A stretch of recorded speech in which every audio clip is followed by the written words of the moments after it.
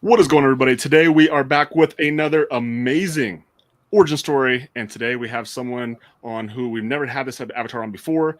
This is somebody who grew up in LeBron land, right in Ohio.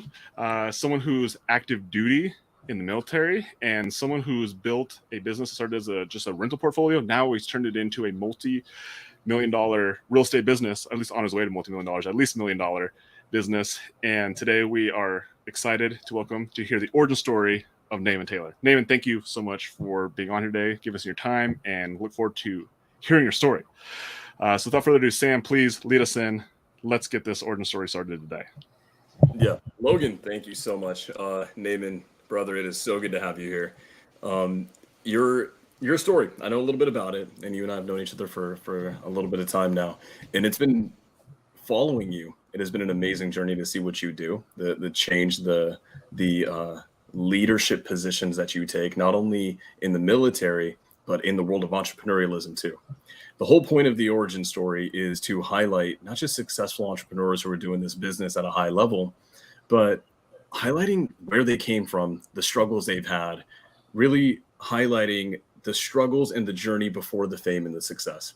And this is something that I haven't actually said on here yet. Logan doesn't even know this, but I'm on a mission right now, Damon, and you are actually the first person that I'm bringing on intentionally towards this goal.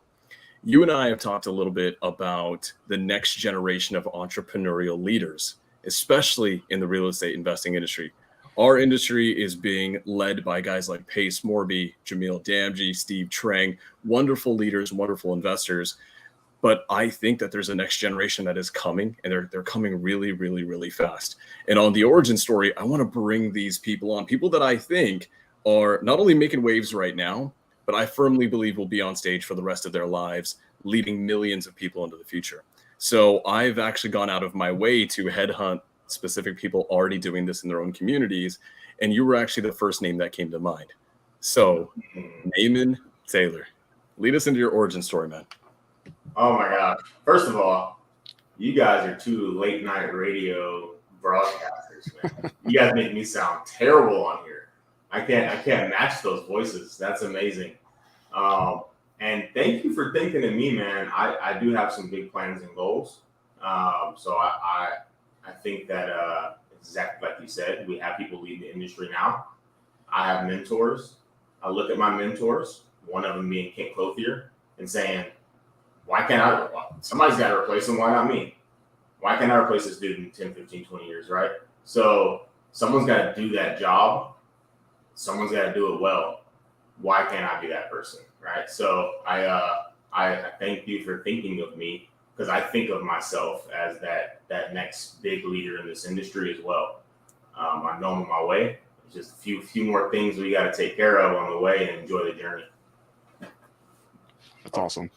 So Naaman, if you don't mind, kind of tell us about you growing up. So I've listened to all your other interviews, and you definitely talked about how you knew that you were going into the military when you were a senior in high school. But tell me, let's back up. Tell me a little bit about what it was like growing up in Cleveland, kind of what your family was like, and just like you as an upbringing, like what led to that decision that it was just like it was already made that by the time you were a senior in high school, you were going to the military. Like, how did that come to be?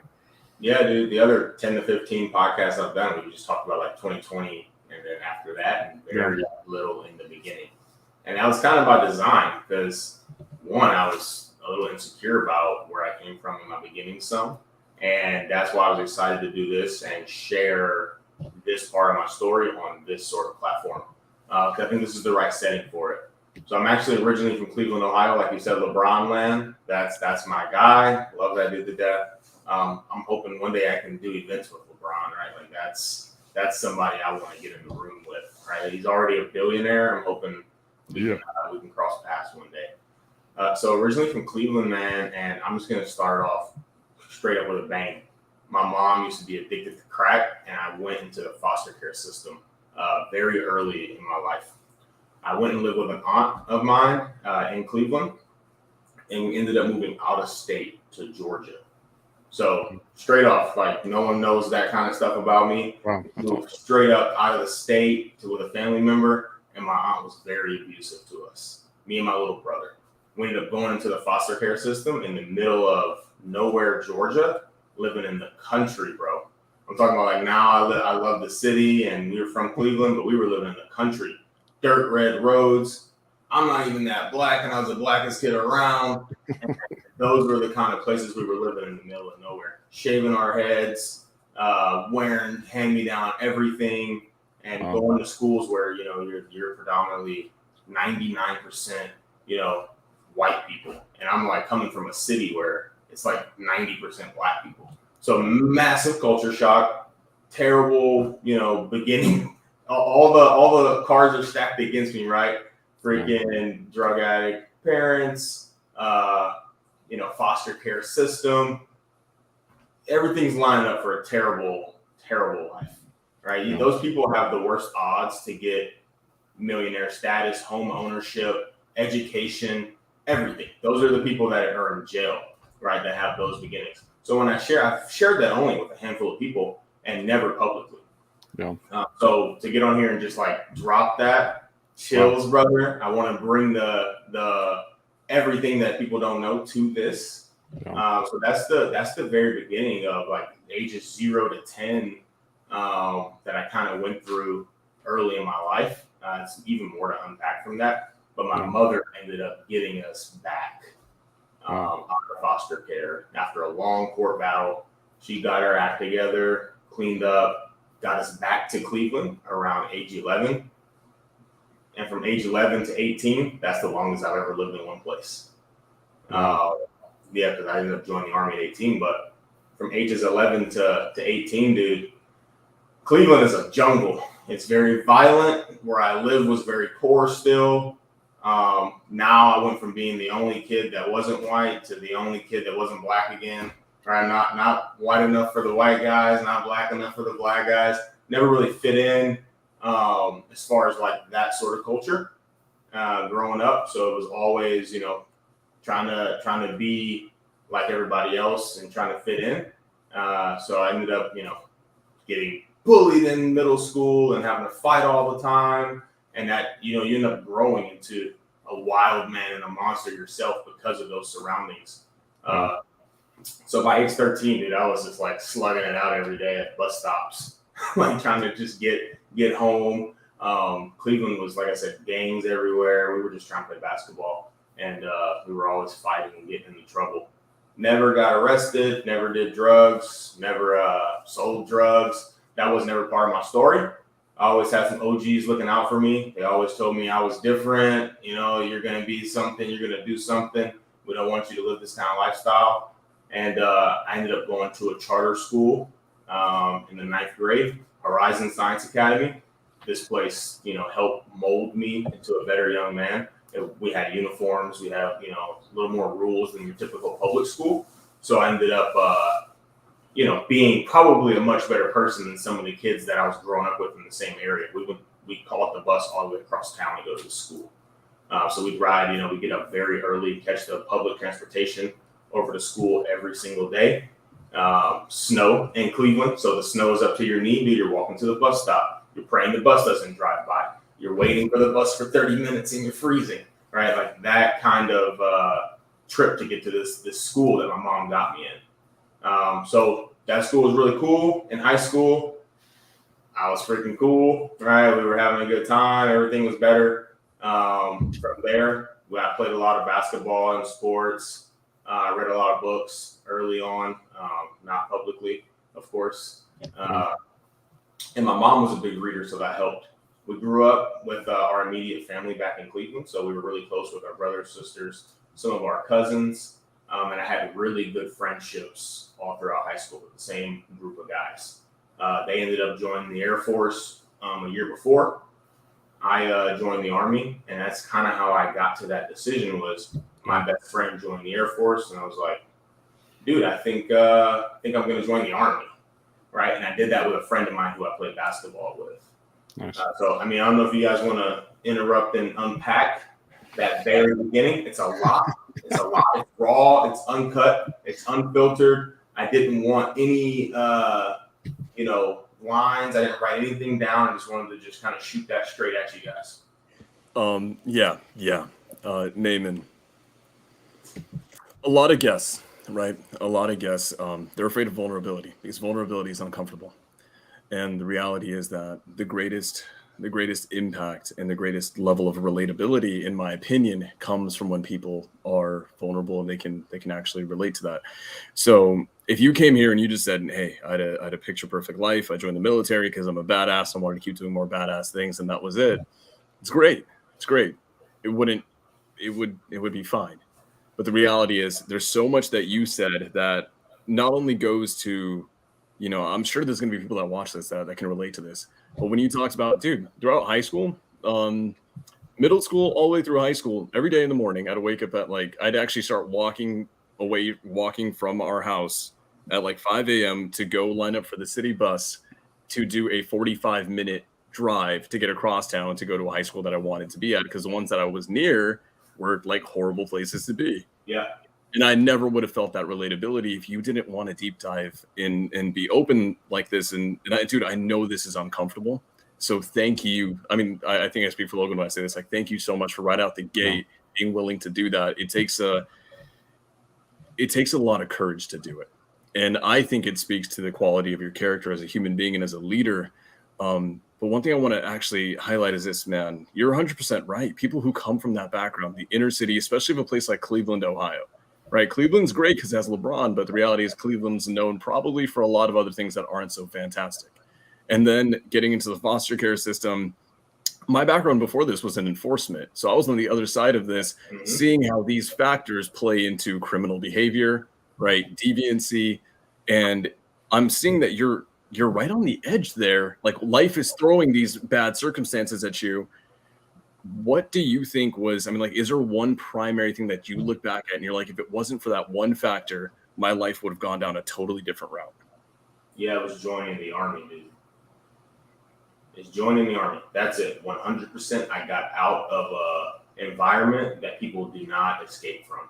It's literally an escape. People don't get out of it. They grow up and they stay. Predominantly, everyone just stays where they grow up at. That's just kind of how everyone's life goes for the most part. People don't move around a lot. Even after they've had success, some people don't move around a lot. I'm not like that at all anymore. And I'm really happy that in the beginning of my life, I was able to learn that lesson and get the hell out of Cleveland. And it's not even that it was just Cleveland. It could have been a Detroit. It could have been a Houston. It could be wherever you're from. It's getting out of the environment that's created. There are nice places that still have the hood that if you don't get out of there, you'll have problems. So it's not just a knock on Cleveland. This could happen in Beverly Hills. You just have to get away from where you're from, I think, to grow.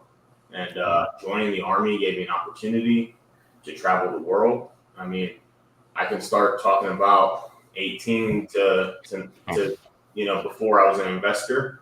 I joined when I was 18 years old as a senior in high school.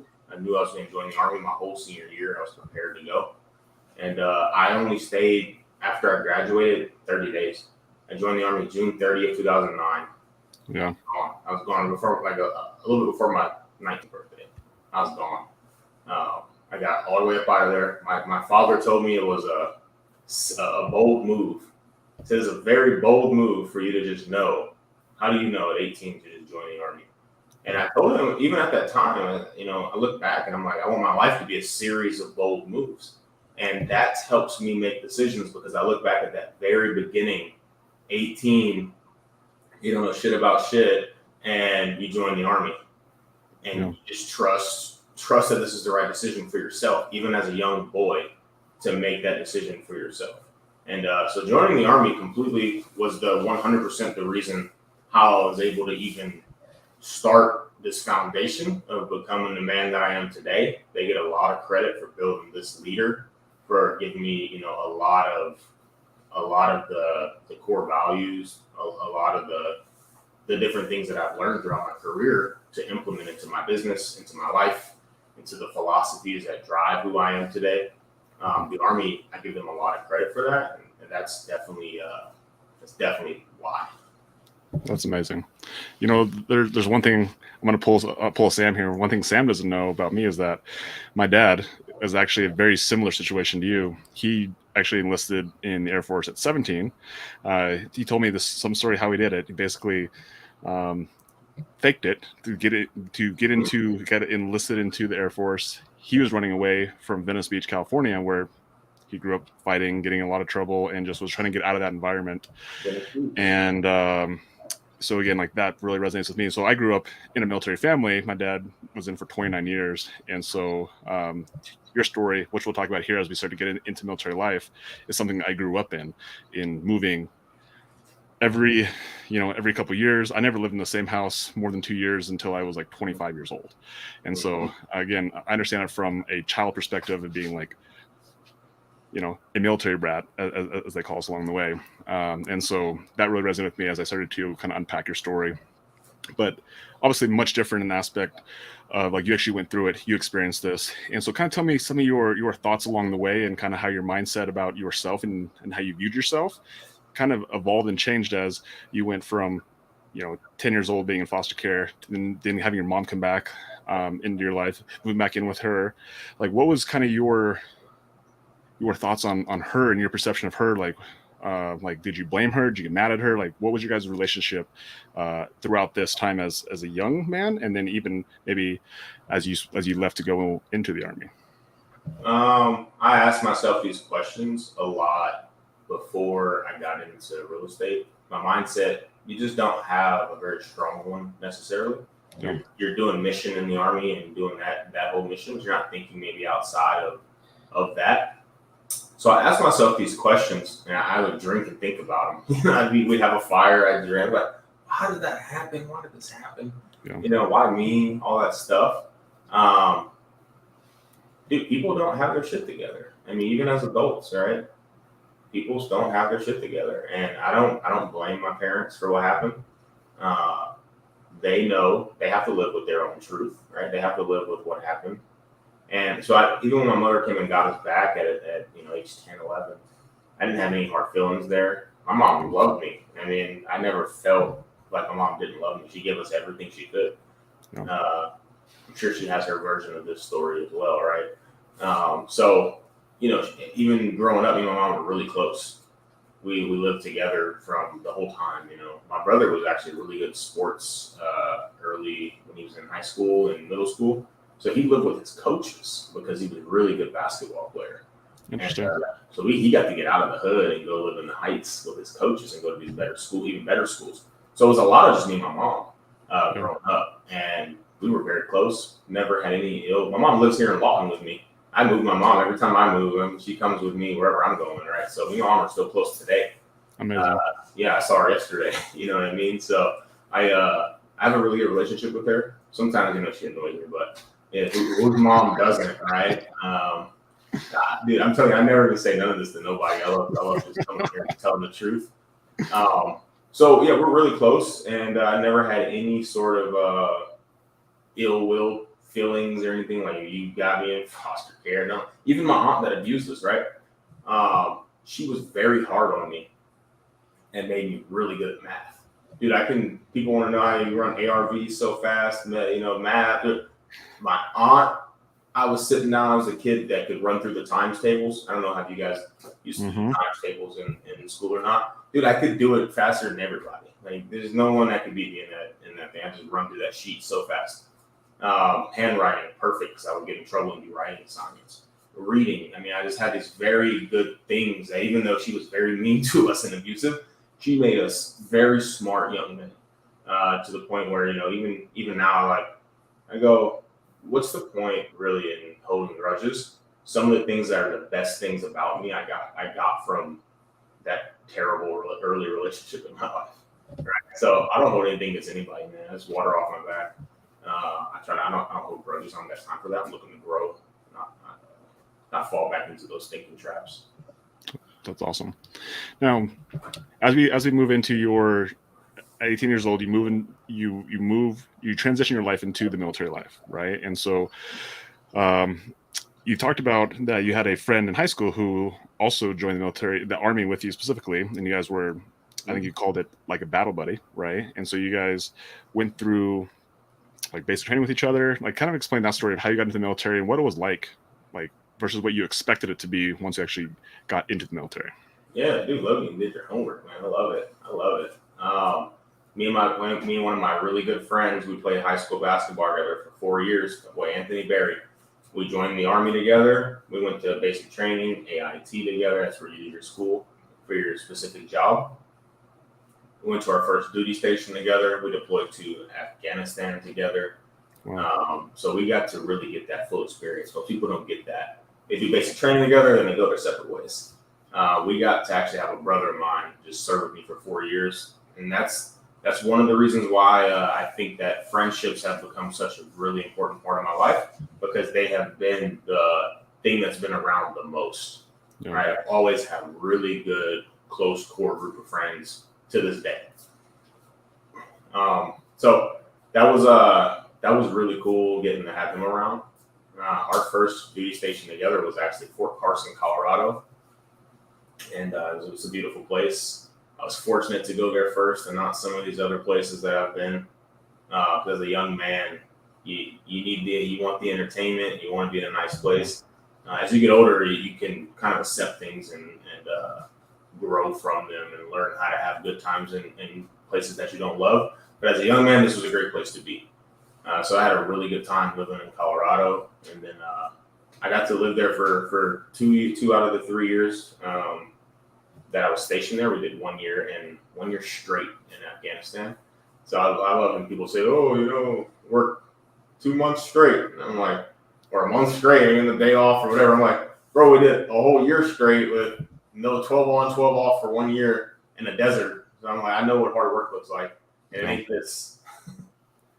Yeah. So we actually kind of explained. So you were in Afghanistan for a year. Explain to us like what you were doing, like your experience with that as well.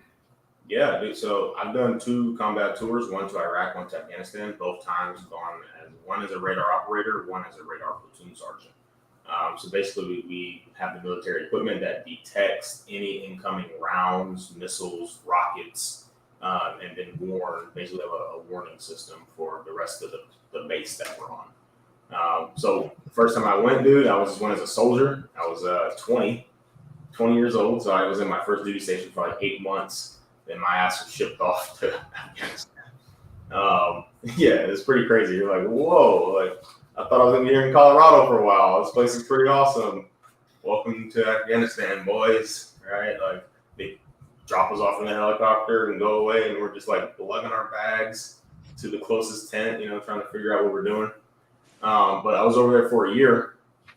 Yeah, 20 years old in Afghanistan, man. I was over there for a year from age 20 to 21, and I mean, it was quite the experience. I experienced brotherhood again because I was there with the same 6 guys, right?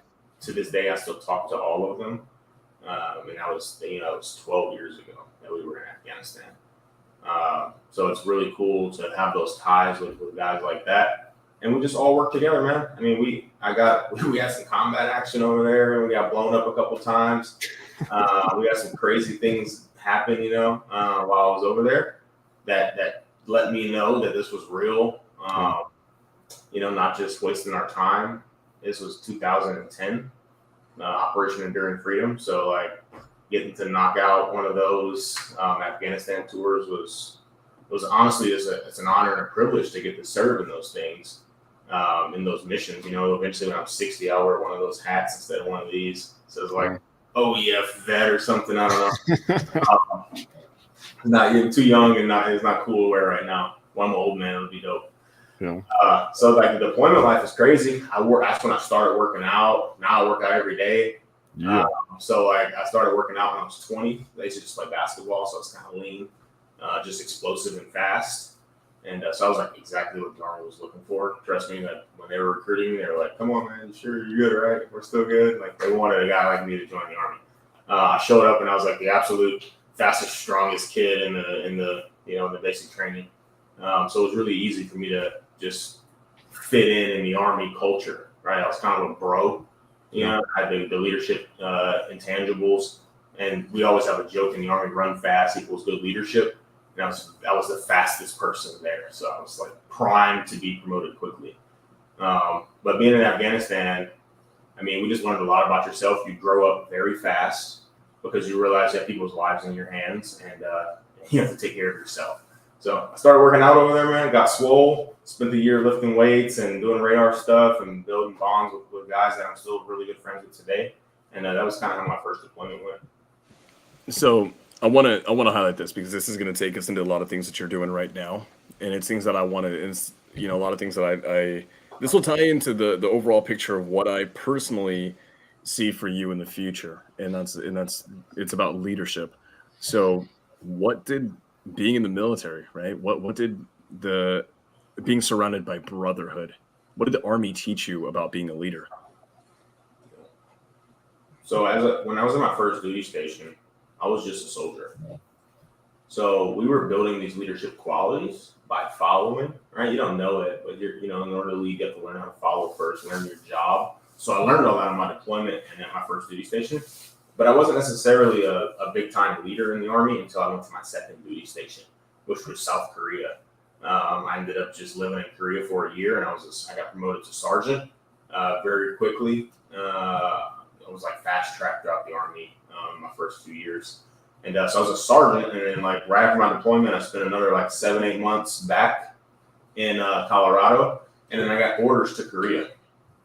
And dude, this was 2010, like I didn't know 2011. I didn't know anything about Korea.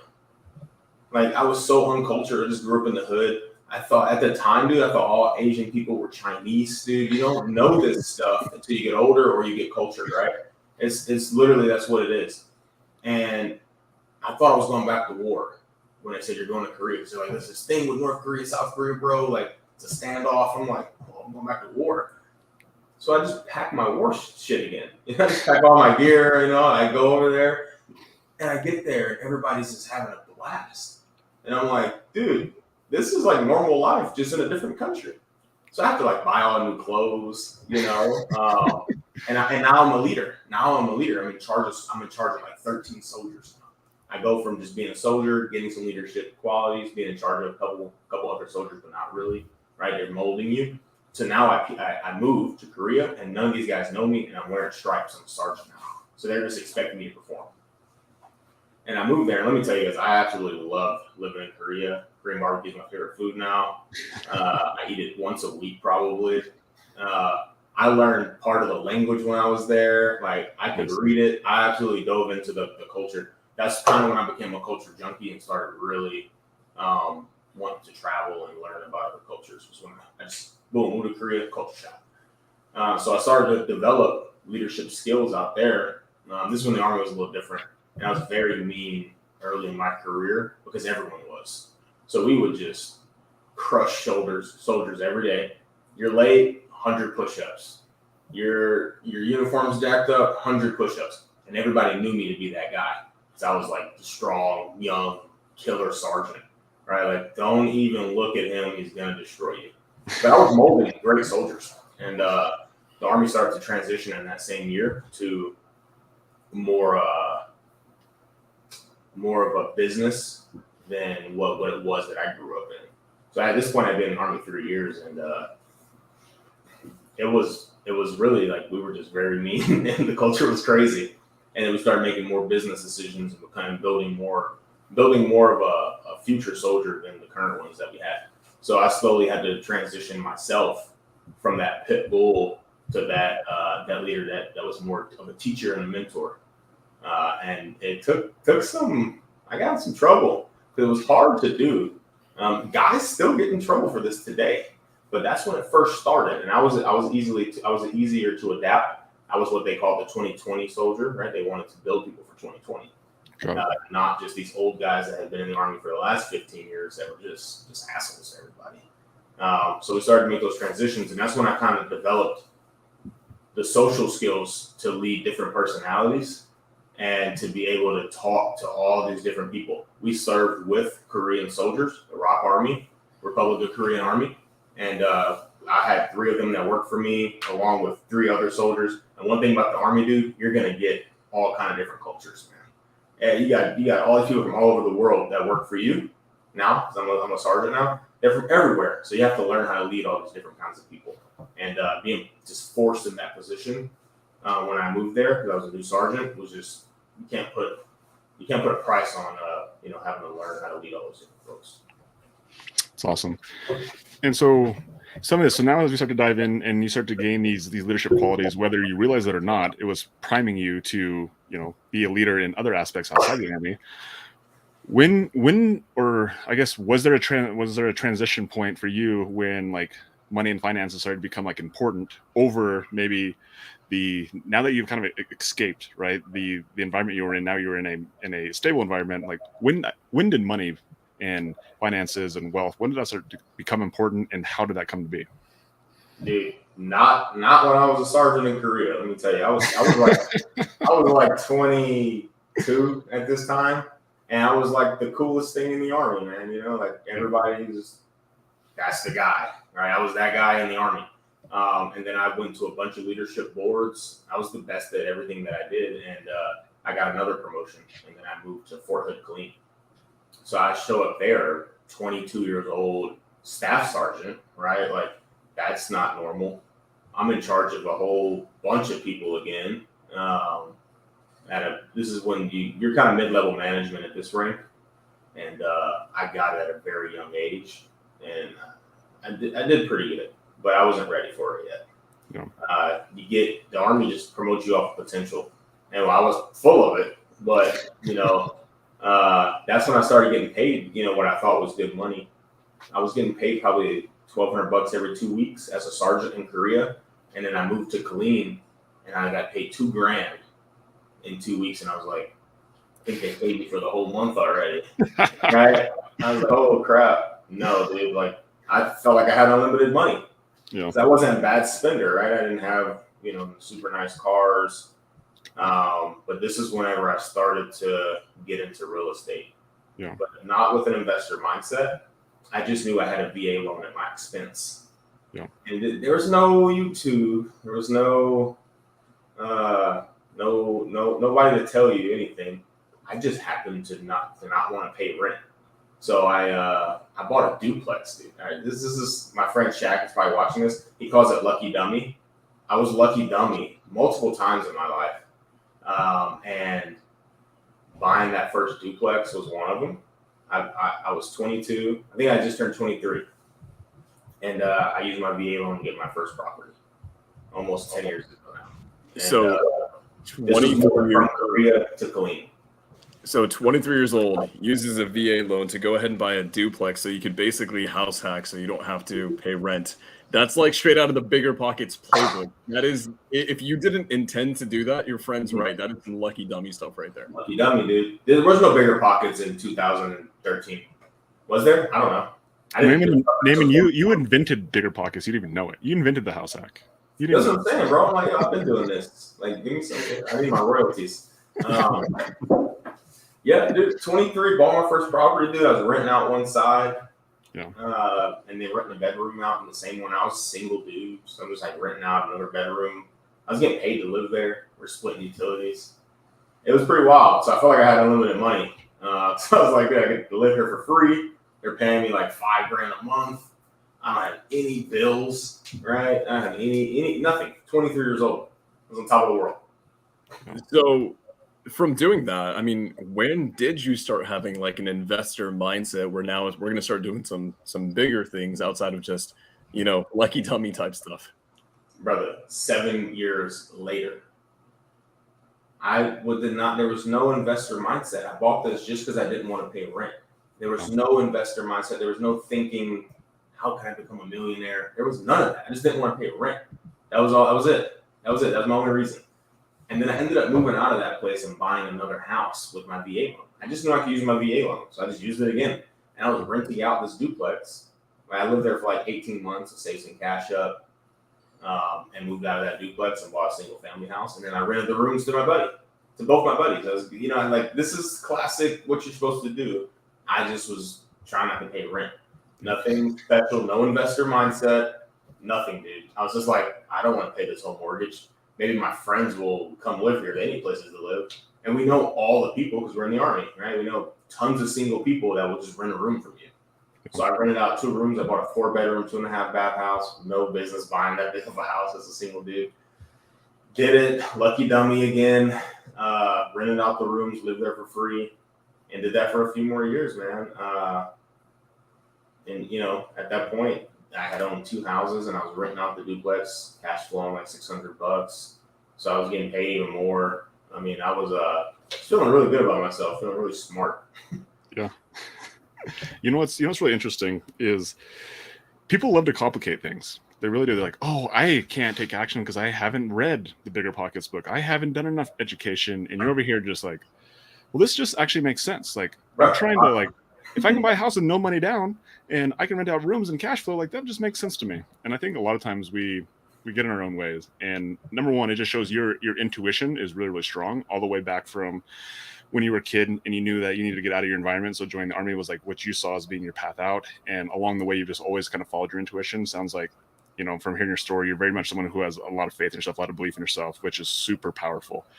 And this specifically in real estate, it's like, it just made sense. It wasn't necessarily an investment strategy. It wasn't like you were trying to cash flow to like create your financial independence. It's just like, it just made sense. There's no portfolio. There's no, I don't even know. I didn't have my word cash flow. That's the word that I found in 2020. I didn't know what that was at that time, right? I'm just like, I don't want to pay rent. I've never paid anybody rent still my whole life. Because the first time I ever had to get a house was whenever I was 23. When I moved from Korea. So I love to throw that in the mix there. But yeah, dude, there was no education behind any of this. There was no investor mindset. I've since sold both of those houses. Just this last year and a half, we sold both of those. But I was just focused on the Army, dude. My goal was to do 20 years in the Army, retire, and do something else. I don't know. I wasn't sure what I was going to do. I just knew I didn't have anything better to do, so I kept re-enlisting and staying in the Army. Throughout that, from 2013 to 2020, it was just re-enlisting, staying in the Army. I deployed out of Fort Hood in 2017. I actually took 15 soldiers to Iraq as a platoon sergeant. This was the one where like real leadership came on me, because you have to go take soldiers to war now. I'm not the soldier that won the war. I'm taking soldiers to war. And I did 6 months in Iraq, probably 45 minutes from Mosul. I don't know if you guys remember in 2017, Mosul was liberated. We were in country for all of that. It was pretty cool to be over there while that was going on. It's pretty wild to know what was happening and seeing the news and like the reactions of what was going on and how it just wasn't that big of a deal. But people in Iraq were just being slaughtered, thrown off the walls in Mosul, and just like this was a really bad war, and like no one cared. We were talking about politics and we got a new president, and I'm like, this is kind of wild when you're in the mix and then you see what's happening back home. So it's kind of rough. It sucks to know sometimes, right? Because you start seeing what's really going on in the world, and like no one cares about some of this major stuff, and we're like 30 minutes from it. But to be exposed to that gave me another worldly view, right? I had already at this point been to Korea, Afghanistan, not to be in Iraq, to have this worldly view of everything continued to grow and mold me as a leader. So as you're having this whole new like perspective of seeing other side of the world, seeing they're like, were these like civilians getting slaughtered? Were they military getting slaughtered? Like what sort of, like all the above? Yeah, both. Mainly civilians that were living in Mosul though. I remember at the time France had got like attacked, like a bus had went crazy and like 2 boys got killed, and it was like big news. And there was a mudslide in Sri Lanka that killed hundreds of people. And we all changed our Facebook profiles to like France flags, and I was just like, what's going on here, man? Hundreds of people died here. Few people died here. It's still sad. But how are we not recognizing all of this stuff? And I'm here 30 minutes from Mosul, and people are getting murdered. And I'm like, this is wild, you know? So to see it all, get this worldly view, and to really be able to connect with people, talking to the locals there, understanding what's happening in the world, and to form an opinion about all that, it really gave me some intangibles that a lot of people don't have. What sort of perspective do you still take with that today? And like, how does that affect how you think, how you believe, how you act still today? Yeah. So that even when I'm meeting people, right, people immediately judge people based off how they look, how they move, how they feel whenever people are around. I don't have a lot of that. I have very little of that left in me because of those experiences. And I can talk to anybody. I'm gonna talk to them the same way. What I think people like about me is that I just no nonsense. I tell them I'm just very truthful. I don't hold back. Information's free with me, and I think a lot of people resonate with that. There's no smoke screen, right? I'm in sales of real estate, but I still tell everybody in my groups and people that ask me questions everything that I have. I don't hold anything back. I think a lot of people appreciate that. That's amazing. It's amazing. That actually, that you said that, because we had the honor of having Kent on too. So the fact that you mentioned that he's been a mentor to you, probably a pretty impactful one. I can see that he operates the exact same way. Mm-hmm. He comes on and he's very direct, and he speaks with a ton of conviction. And I can see that this is why you resonate with someone like him. Yeah. So it's actually that parallel is great. Yeah, the first time I heard him speak was on a Cash Geeks Network. I had no idea who he was. And I was like, I like this dude. I like how he sounds, everything. I just reposted him, tagged him, and he reached out to me, and we talked on the phone. I was in my driveway right out here, talked on the phone for over an hour. I had no idea who Kent was. I was like, I'm just talking to this cat. I don't know, right? And then we just talked a little bit more. I ended up flying out to his office. I still don't really know who he is, right? I pay for some one-on-one coaching. I still don't really know who he is. I just like his message, what he's about, and I trusted that for myself. And dude, it ain't cheap, bro. So like, I was trusting how I felt and putting my money where my mouth was, because I'm a big believer of like, this happened for a reason. And so I went out there, we did our thing, and I still didn't know who it was until I went to the first Scale and Escape event. And I was like, hold on. This guy's a bad motherfucker. He's like, yeah, your fucking mentor's a bad motherfucker, isn't he? And I'm like, holy shit, dude, I had no idea who Kent was. And it cracks me up that I didn't even know until February, because we just talked. I talked to him normal, and now I feel like sometimes I talk to him and I'm like, hey, I'm like, holy crap, this can't go up here. So it's kind of funny that, early on in our relationship, it definitely impacted how I moved and spoke to him. I didn't really know who he was. It was really cool to have that relationship before I knew who he was. It's a big difference. So I love this. And shout out to Kent and Scale and Escape. They're hosting another event very, very soon in Florida this time. Yeah. But moving forward, one thing I want to highlight about Kent is Kent's a phenomenal leader. He's a fantastic leader, and this is something that my mentor Pace Morby taught me and really highlighted to me. Is the quality of someone isn't their ability to become a leader, it's their ability to create more leaders. Mm-hmm. And so one thing I really want to sit down and talk to you about is, now that you're doing the investing thing, I want to hear about how you got into doing your micro tribe community, the Rat Race to Fi. Can you kind of lead us into that? Yeah, I'm gonna back it up a little bit before that and explain how I got into investing, and then that'll help explain how the community started. All right. I started investing in 2020 during the middle of the pandemic. I was living in Germany at the time, so after I left Fort Hood, I went to Germany. I got married right before I went to Germany to my wife, Vanessa.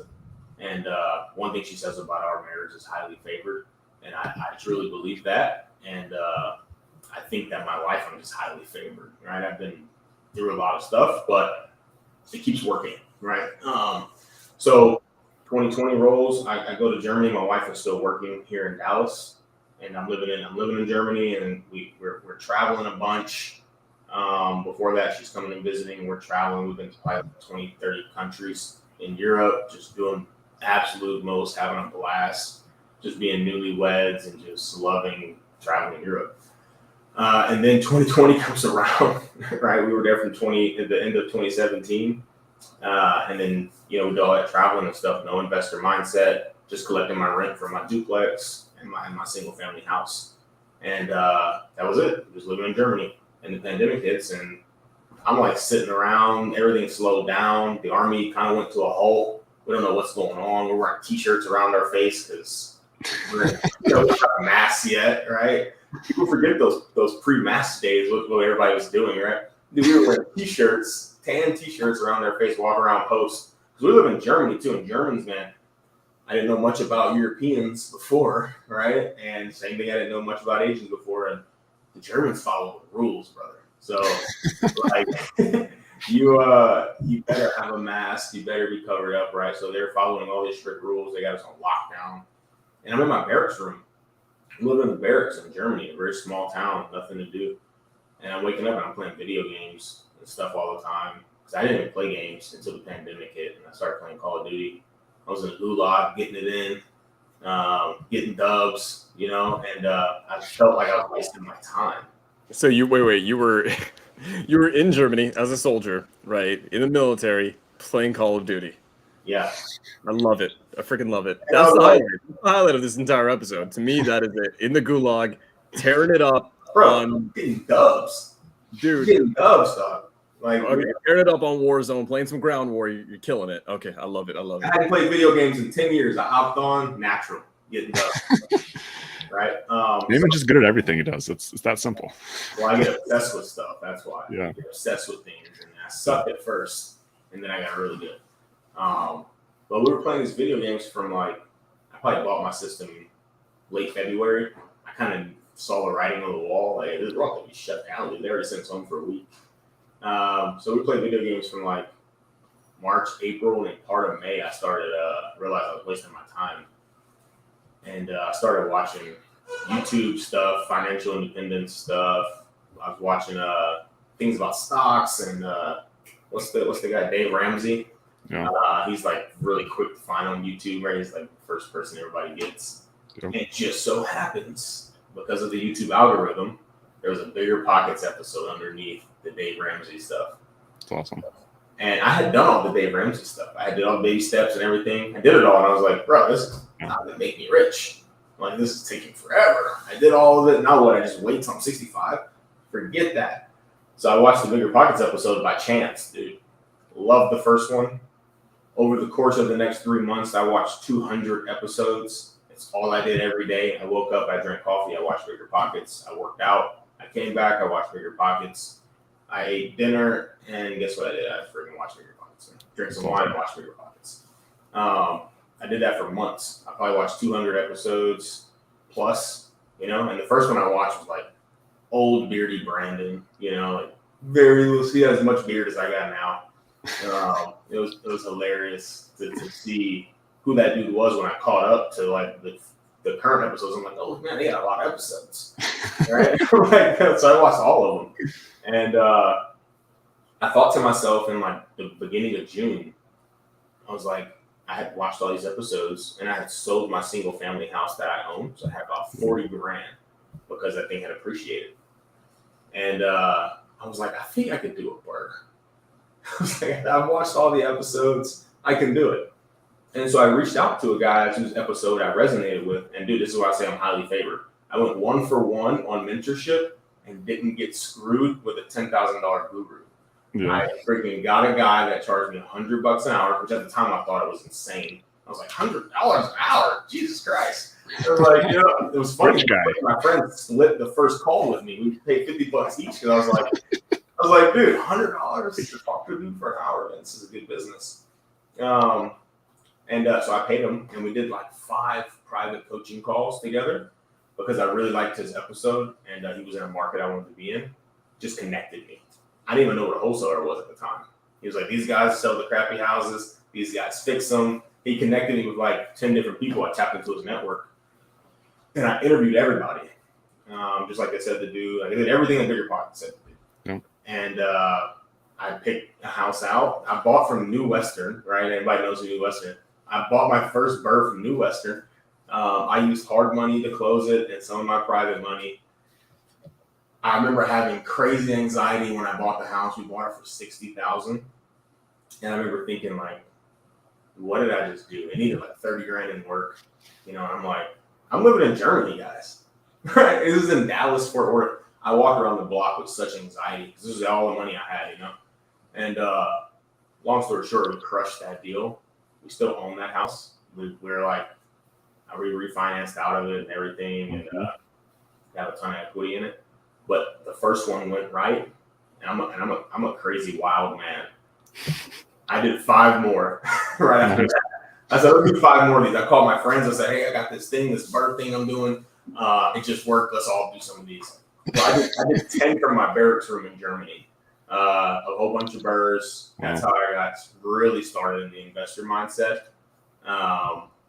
That was the origin, if you will, of how I got started in real estate investing. So I freaking love this. One, because you got proof of concept and you decide, okay, I'm gonna 5x it. Not just, it's one thing to be virtual, it's another thing to be international. Mm-hmm. And this is something that I posted about, is because Logan and I, we get a lot of new investors who come to us through our communities and outside of it, who just come to us with tons of excuses, right? 9 to 5, can't work past 5 p.m., can't work weekends, I've got a kid. Here you are on the other side of the world, not knowing anything, like in just taking the action, right? From Germany, virtually doing a BRRRR deal that needs tons of rehab, like 30K back then in what, 2020. 2020, yeah. Okay, so you're doing BRRRR, you're putting in 30K of rehab, putting up your own money to get into the hard money loan. I mean, that's a lot of stuff, especially to be on the other side of the planet and not being able to oversee it, micromanage it. You're having to put a lot of faith in this process that this is going to work. I mean, I want to know, dude, how did you, you said you had the anxiety there. How did you deal with that? Because a lot of people would never, ever, ever take that on, about being completely on the other side of the planet, having no real control over what happens there. Yeah, like I said, I interviewed everybody, and I trusted my mentor. I trusted myself, right, to make these decisions. And I had some family that was local that could go look at the property. They don't know what they're looking at, though. But I just trusted the system. I trusted the system that... there's a house there. Yeah, the house is there. They're working on it. Yeah. Here's the things happening. Good. Yeah, it looks good, right? But I was taking a leap of faith, because I knew, I was watching all these guys, and I'm like, dude, I had never made more than $60,000 a year. And I'm like, this guy's talking about how they flipped the house and made $60,000. I'm like, what? Like, or they're burning these houses and they're collecting all this rent. I'm like, bro, I own some houses. Like, I know what that feels like. Let's get some more of that. But I saw the concept, and I saw enough people, doing it, and I believed in it. And then I had educated myself on the process. And here's the crazy part, because I'm a big fan of the education space too. As soon as I did my first BRRRR, I started having meetups in Germany for soldiers. I just started hosting a meetup in Germany. We had like 10, 15 people show up. We would call it real estate and reps. We would work out and do a presentation. This is just who I am, like from the very beginning. As soon as I knew something, I tell everybody, this has always been who I was. I'm like, dude, you guys can all do this. I do it from here too. Like, check this out. Wow, I just made $40,000 on this house. So can you. And people are like, this dude's crazy. Like, there's no way I can do that. And truly, everybody can. I don't have any special thing besides that I've done it now and I have the experience. I mean, I shared my beginnings here, right, of how I was brought up. Like, everyone can do this stuff. It's the application of the information and not being allergic to the execution, right? I tell everybody, I say, don't be addicted to the education and allergic to the execution. I love to tell everybody that, because everybody's watching these episodes and paying for courses, classes, whatever. No action. Do not get addicted to the the education, and then just be allergic to taking action on it. Yeah. You know what's something that I've said it a couple times on this, but it's, as I'm starting to think back at our previous guests, also like super high level entrepreneurs like Robert Winsley, like Abraham Gray, like Kent. They have this level of faith in themselves that they look for reasons to take action. They look for reasons to do things. And just like how you talked about, you said it and we kind of joked about it, but like the reason why you went forward with those BRRRRs in Dallas was because you had family there who didn't know anything about real estate, but you're like, I have family there. So it just like you gave yourself a reason to do it, rather than like, my family doesn't know anything about real estate. I don't know anything about real estate. And so I've just seen that common thread with you now multiple times throughout. I've started to unpack your story. And I think if anybody's listening, and it actually piggybacks on what you just said right there, it's just like just going out there and taking action. And then like once you get some bumps and bruises, then start to think about like, oh, how do I make this better? How do I perfect this? How do I actually get maybe a little more educated? But I see you leading with action rather than leading like with got to figure out all the scenarios, got to figure out how to dot all the I's and cross the T's before you even like have a pit in your hand, right? Like you have the pit in your hand. I'll even take that a step further, Logan. Today, now, right? This is how I see this stuff. I don't want the bumps and bruises. Yeah. I don't want them. So what I do is I hire guys like Kent who have battle scars. And I say, how can I avoid getting my teeth kicked in and my face cut open? Because he's been through all that. He's lost it all and got it all back, lost it all, got it all back, way better than everybody else. How do I avoid that? So I've paid for the best mentorships and to get into the best rooms so that I don't ever have to lose anything, right? One thing I pride myself on since I was a young man is never having a comeback story with like fitness or whatever. Like, everybody's like getting fat and losing all their weight and like we applaud them. And I have a joke with my friend Danny and I'm like, he's a guy that's always been in shape. And I said, hey, no one's going to congratulate you, brother, but congratulations on never having a comeback story. That's harder than getting fat and losing weight, getting fat again. I was like, that's not a very popular opinion, but I want everybody that never had a comeback story, they've just been working hard the whole time. Congratulations to yourself, brother. It's amazing. And this comes down to three things that I think it could be summed up into three things. Number one is it's relentless self-belief. And that's something, Robert Wensley, Kent, Abraham Gray, so many of the people, like one of our mentors, Pace Morby, right? It's relentless self-belief is I think always part one. Part two is Logan, what you kind of pointed at, and that's a lot of people look for reasons to not do it and for the reasons why it won't work. And Naaman on the other side of on the other side of the world is like, I got a cousin there. I got someone there. I got family. I got someone. I'm going to make it happen. They look for reasons to actually make it happen. They talk themselves into doing it, even if it's risky. That's huge. Part three, and this is what I want us to lead into the next part, is the fact that you said that you went and you got proof of concept. What's one of the first things that you did? You decided to pour into your community. Yeah. And you decided to pay it forward by helping other people do exactly what you did. And again, this all goes back to one of the reasons why I asked you to be on.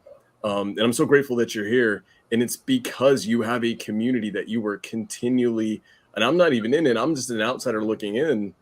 And I see how much you pour into your tribe.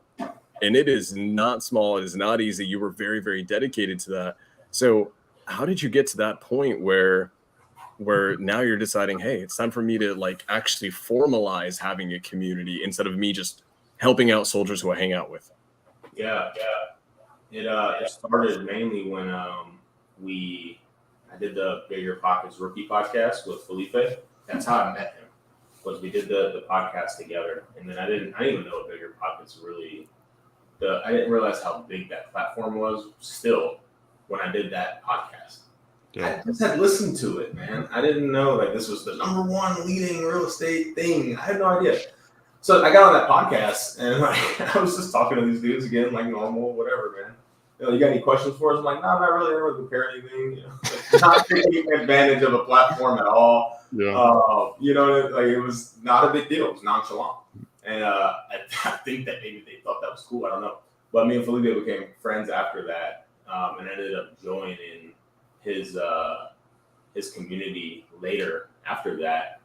Being a part of that, and we didn't get into the wholesaling until May of last year, and so it's been just over a year that we've been doing it, and we created a smaller call basically for people, a space for people that aren't just interested in financial independence, but specifically wholesale. And like I said, I pay for everybody's mentorship. I pay for everybody's group. I'm trying to be in all the rooms and have all the know. I want to know everything. I don't care how much it costs. All right, we'll make all the money back. And everything I get, I just put it back into the group, put it back into education, put it back into marketing. I don't need any money right now. right? Still in the Army, dude. Still get a little check. You know what I mean? It's all good. So we're putting everything right back into building this brand, building this group, building our community, and just pouring into others, because one guy that I've listened to relentlessly over and over and over is Jim Rohn. And there's a certain amount of philosophies that he talks about that I've completely adopted, that I live by, and I listen to weekly. Profits are better than wages is the first one. I've been making wages my whole life. As soon as I started making profits, I said I never want another wage. It's like, this is never want another wage, right? Service to many equals greatness. That's one of the things. I want to be great. I want more. I go this way. I want more awards on my bookshelf back here, right? I want the recognition. I want to be great. Like, that's part of coming with it, right? And then so I find a way to serve the many. That's one of the things that I do. That's why I create the group. And then it's not the blowing of the wind, it's the set of the sail, right? So last year I was doing burring and flipping, and I'm like, all this is cool, but I need to focus on one thing. And I picked wholesaling because wholesalers look like they have the most fun. I was like, I don't want this to be too hard. All right, flippers are always going over budgets. Landlords, we give them the straight up nickname tired landlord. I had done both, and I hadn't really wholesaled a whole lot, and the market was changing, so I just decided to wholesale. Guys looked like they were having fun, and they were sitting courtside at basketball games wearing chains, and I was like, that looks like what I want to do. I'm going to wholesale, and I just decided to set my sail on wholesale. I just, not the blowing of the wind, the set of the sail, and I never looked back, dude. I just straight up put everything I had to where I joined wholesaling groups. I paid for all the best mentors. I joined the best rooms. I went to all the good events, and it's paying off tremendously. We're just getting started. We're 1 year into this thing, and dude, I'm a somebody in this space already. It's funny actually listening to your old episodes, including the Bigger Pockets one, and just hearing your story then and how you thought and how you are now. Again, at that time you didn't have a wholesale business; you just had a couple rentals, and it's really cool to hear your story now it's like a totally different person. So if you guys are interested and actually want to go back and like actually see the evolution as Naaman talked about the evolution of Bearded Branded, go back and watch the evolution of Naaman Taylor, right? Crazy, dude. I'm not even the same dude I was 6 months ago. It's all different. I scared myself, so I don't know who this fucking guy's gonna get in 6 months. Like, I'm pumped, dude. I'm hoping that we just completely change our lives again by the end of the year. Right. And if you guys are watching this podcast, you'll never ever see what's actually happening right here. What's actually happening is we are in a room where there's more people in this little room right here that we're in that have not read Rich Dad Poor Dad than that have. And that's the one thing that's funny about both Sam and Naaman is that they both have not read Rich Dad Poor Dad, which is like the number one, like on Bigger Pockets, ironically enough. It's the one book that everyone's like, this is the one that changed my life. This got me to real life. I call bullshit, dude. I think people just repeat what they hear. Right? What about that book changed your life? Like, explain it to me. Because I'm not even going to read it because I like to just say, never read it. I get a better reaction out of people. So I'm intentionally never going to read that book. Not because I don't think it's a good book, just never going to read it. I'll probably meet Robert and have him sign it and still never read it. We were at Clever Summit in April, and Robert was speaking there, and so that was one of his first things he asked, is like, who in here hasn't actually read Rich Dad Poor Dad?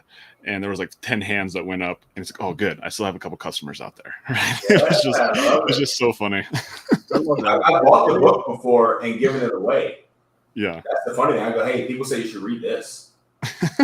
I'm like, it's not one that I'm recommending, but who am I? You know what I mean? I'm like, hey, people say you should read this. So check it out. For me, I like Shoe Dog. That's when I recommend a book, Shoe Dog. Yeah. That's when I have people read Story of Nike. That dude just completely just turned over every money, every dollar he made, he put it right back into his business and was crazy and just obsessed with building a brand and a business. And it's one of the biggest brands in the world today. So. It's awesome. I love that. And thank you for being the first guest who's come on and like agreed with me as far as like, it's not just Rich Dad Poor, it's like all these books and they all have great messages and people take a lot from them. It's every book. Sam doesn't read any books. I just like, I read as a kid and I'm like, you know what? Especially if it's for like entrepreneurship and real estate, I'm like, I'd just rather skip it. Like in school, okay, in college, I have a grad degree. I didn't read the textbook. I Googled the answer, got the answer, and deployed the answer for the test. So to me, life, like we're just continually in this test. How quickly can I get the answer? Is it reading a book, or is it finding mentors who are just going to give me the straight answer? That's my take. Bro. Rich Dad Poor Dad is great, but I'm like, I want to execute, and reading a book is it's gonna delay my timeline to be able to execute if I spend that time not just taking the action. That's just me.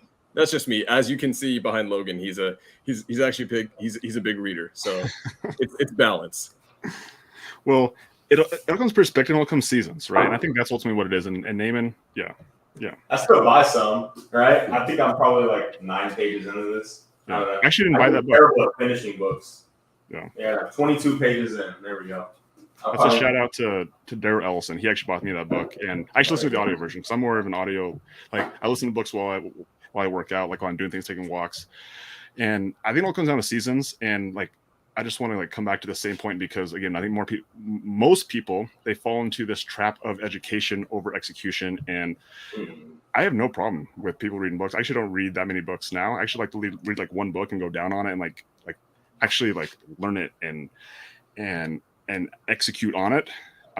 And I think most people, they just want to like read a book to say that they've done it. And then they go on the next one, they go to the next one, they go to the next one. Yeah. What are you retaining, right? But guys like you, y'all are serial killers. Like, I don't know how y'all listen to books while you work out. I need some gangster rap, thugging out music so I can throw this weight up. Yeah. I don't know how you're listening to. This is how I got to learn about you, Naaman. Like, I listen to you. I'm in here doing shoulder presses and, you know, hitting PRs, listening to how Naaman Taylor is gonna get his next rental, right? Do his next bird deal. And the next thing I'm like halfway through my workout and all of a sudden he's doing wholesale. I'm like, what just happened? This guy is crazy. Bro, Logan's like mantra is pre-workout and bigger pockets. That's his mantra at the same time. That's what gets him. That's what's gonna get the deadlift PRs, man. Yeah. Naaman, as we're wrapping up, I want to ask this. And this is something that I've posted about a little bit on Instagram, and I'm consciously looking for the people who I think are going to be on big stages, and I think you're about to be on stage really, really soon. I think just in a few weeks, right? Yeah, we hustle harder, man. Listen, we got next. Nice. I don't know what I don't care about competition. I just know we got next. All right, I collaborate with everybody. I have everybody on my call. I don't hide my community from anybody. We're going to hustle harder. We're going to network with some of the best investors in the world. My boy Tony, I love that dude. We connect once a week and just talk ideas, and we're just friends, right? So it's really cool to build relationships with people that are in the same positions as you or one above. Dude, I love getting into places where I'm the least credible person. No. I'm on a poster for Hustle Harder with Carlos Reyes, and I'm like, hell yeah, I want to keep that. I want to keep doing stuff like that, right? Like, what am I doing on this thing, right? I mean, who knows? I got a really cool story to share. Power part-time, how to just accomplish things while having full-time jobs, build 7-figure businesses while having a full life, man. It's very possible. And I think I think there's a whole audience out there that resonates with that.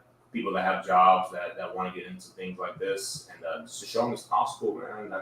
They'll never forget about Lil Bruh and them. It's like y'all. There are so many people that are so close, and I think my message could get them over the hill. It's awesome. And so, again, listening to Twitter's podcast, you talk about one of the podcasts that you're going to get out of the military. Where like what are you doing now? Like, are you like, where's your mindset? Like, do you enjoy still aspects of the military? Do you enjoy the leadership that comes with it? Do you enjoy the brotherhood with it? Or is it something that you see as, do you see your exit?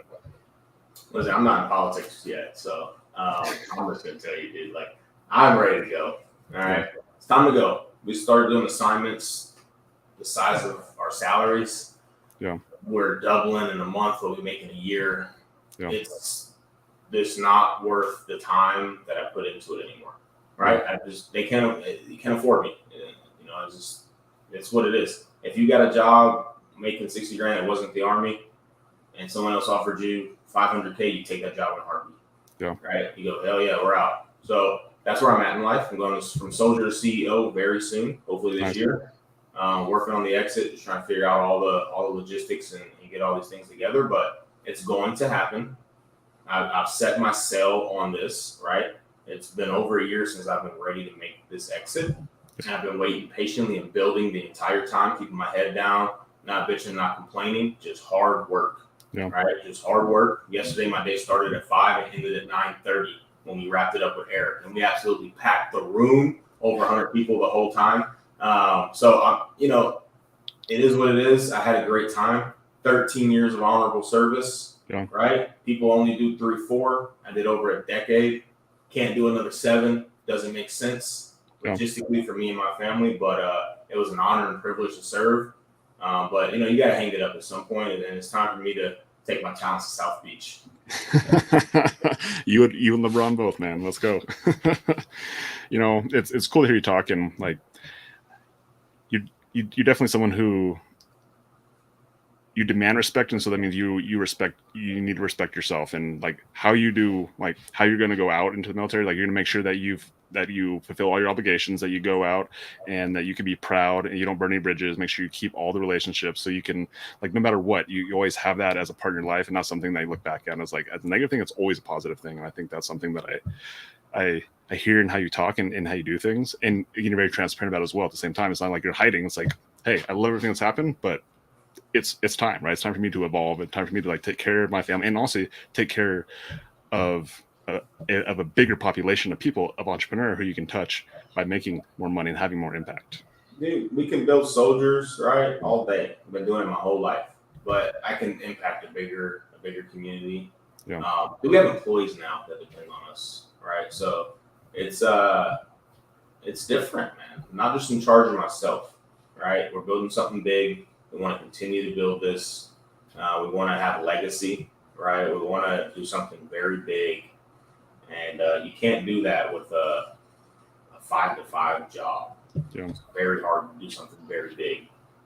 It's possible to do 7 figures, but how about 8? How about 9? Right? Naaman, what is the goal?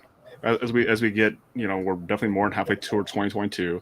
I'm not sure how far you have envisioned out, but what is the goal with your business, and what do you see? Like, where do you see yourself going in the immediate future, and then even maybe in the not too distant future? Yeah, dude, I don't even try not to plan too much stuff longer than 6 months. Cool. Because I just continue to develop as a person. My vision now is not the same it was 6 months ago.